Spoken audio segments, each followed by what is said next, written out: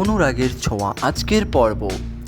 দীপা তার মেয়ে রূপাকে বাঁচানোর জন্য তিনি রুদের কাছে যায় এবং সেখানে নার্সের ছদ্মবেশ ধরে এবং সেই নার্সের ছদ্মবেশ ধরে রুদের কাছে তার মেয়ের জন্য ভিক্ষা প্রার্থনা চায় এবং রুদকে আকুতি মিনতি করে যে আমার মেয়েকে প্লিজ বাঁচান, এই কোর্টে আমাকে লড়তে দিন। এই বলে তারপরে রূপা এদিকে কৃষ্ণের সঙ্গে কথা বলছিল যে কী করে কী সব হয়ে গেল অজান্তে, এবং রূপা কিন্তু ভালোভাবেই জানতো সে কিন্তু কোনো ভুল করেনি, সে কিন্তু নির্দোষ। এবং ঠিক তখনই সূর্য এবং সূর্যের ভাই চলে আসে সেখানে সবাই, এবং তাকে সূর্যের ভাইয়ের বউ বলে যেতে বারণ করে রূপাকে। এবং ইতিমধ্যে আবার চলে আসে কৃষ্ণর মা এসে রূপাকে বলে তুই কিন্তু দোষী এবং তোকে কিন্তু সাজা পেতেই হবে। এবং তোর মা কোথায় গেল, মানে অনুরাগের ছোঁয়া সিরিয়ালে প্রধান নায়িকা দীপার কথা বলতে চাইছেন উনি, কৃষ্ণের মা, যিনি হয়তো ইদানিং উকালতি করেছেন।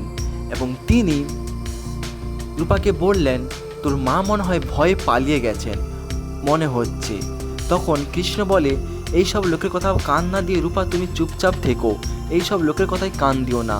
এই বলে সেখান থেকে রূপা এবং কৃষ্ণ চলে যায় অন্য জায়গায়। এরপরে দীপা সেখানে আকুতি মিনতি করতে থাকে এবং সেখানে যে সূর্য ছিল, সূর্য ইতিমধ্যে হঠাৎ করে কোথায় গায়েব হয়ে যায়। সবাই তখন সূর্যকে খুঁজতে লাগে।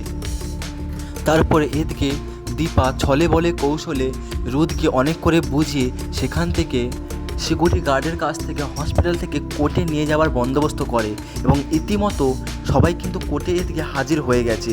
তো রায় কিন্তু হয়ে যেতে পারে এবং রূপা কিন্তু খুব টেনশনে পড়ে গেছে, কারণ এদিকে কিন্তু রায় হয়ে গেলে কিন্তু আর ফাঁসিও হয়ে যেতে পারে। সেই জন্য কৃষ্ণ এবং রূপা দুজনে বসে তো খুবই টেনশন করছে।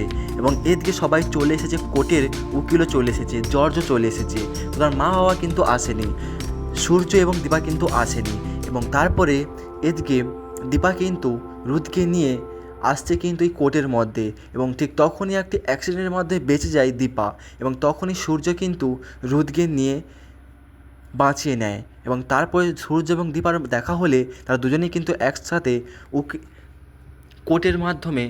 কোর্টের মধ্যে আসতে থাকে। এবং তারপরে দীপা এবং সূর্য রুদকে নিয়ে এসে কোর্টের মধ্যে প্রমাণিত করে যে সোনা সম্পূর্ণ নির্দোষ এবং সোনার কোনো ফাঁসি যেন না দেয় জর্জ। এবং জর্জ তাকে জিজ্ঞাসা করে রুদকে কী হয়েছিল, তখন রুদ বলে আমার একটা অ্যাক্সিডেন্টের জন্য এরকম পরিস্থিতি হয়েছিল আর ও নির্দোষ। এই বলে সোনাকে সেখান থেকে ছাড়িয়ে আনেন রুদ। এবং তারপরে কুন্তলা বলেন যে ও নাকি সোনাকে ছাড়িয়ে নিয়ে এসেছে সবার সামনে বলে। তখন দীপা আরও রেগে যান এবং